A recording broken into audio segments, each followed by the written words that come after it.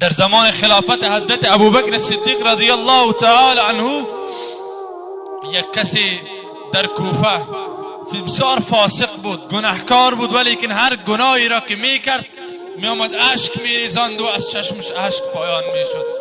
بالاخره روزی وفات کرد. حضرت علی کرم الله وجهه در جنازه اش رفت. وقتی که جنازه اش را دفن کردن مادرش آمد بسیار گریه میکرد.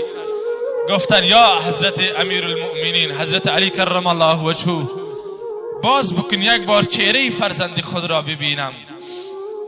این مادر مسلمان خیلی ها زیاد گریه کرد. حضرت علی کرم الله وجهه قبر را اجازه داد که باز بکنن چهره فرزندش را مادر ببیند. یک بار باز کردن که نوری از قبر بالا شد که چهره های همه کسانی که در جنازه اش بودن خیره شد. گفتن وا چی هست؟ همه کس را پرسان کرد. حضرت علی کرم الله وجهه گفت چی هست؟ گفت فاسق بود، گناهکار بود، ظالم بود، بدبخت بود.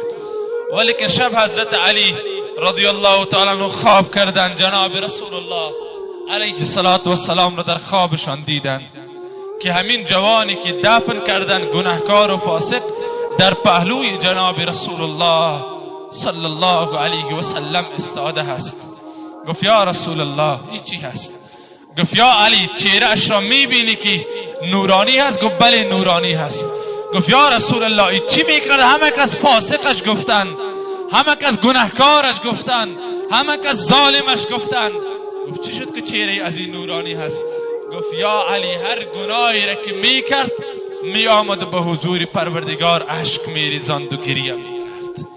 به خاطر همون بود که پروردگار چهره عزی را بعد از مرگش نورانی گردانید. جناب رسول الله صلی الله علیه و سلم می فرماید من بکا من خشیت الله حرم الله علیه النار.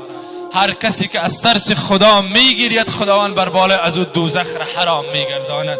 و جناب رسول الله صلی الله علیه و سلم می فرماید من بکا به اشتیاق المولا فله جنت المأوا.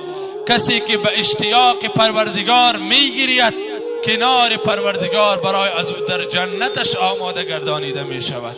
یعنی قرب پروردگار، جنت خداوند برای بنده‌ای که از ترس خدا میگیرید.